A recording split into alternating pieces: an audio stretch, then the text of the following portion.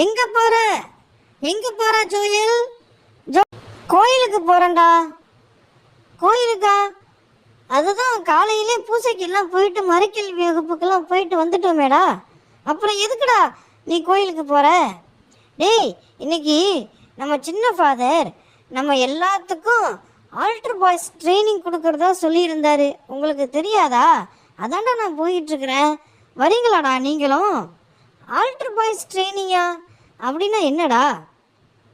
டேய், alter boys training அப்படின்னா பலிபீட சிறுவர்களுக்கான பயிற்சிரா. நம்ம எல்லாம் பயிற்சி செஞ்சுட்டு தாண்டா நம்ம பலிபீடத்தில் நம்ம நிற்கணும்.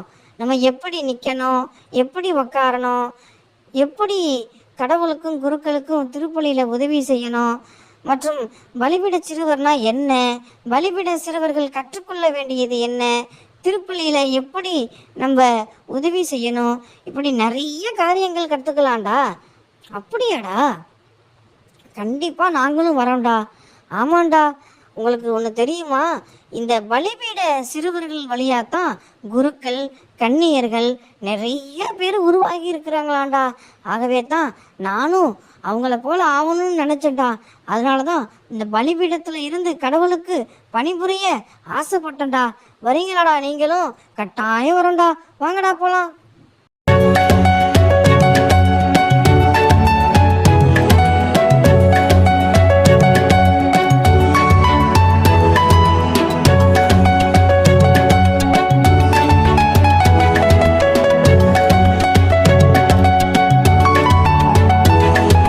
காற்றிலே பறக்கும் பறவையே, காற்றிலே பறக்கும் பறவையே, பறக்க சொல்லி தந்தது யாரு?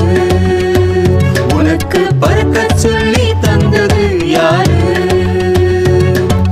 கடலிலே நீந்தும் மீன்களே, கடலிலே நீந்தும் மீன்களே, நீந்த சொல்லி தந்தது யாரு?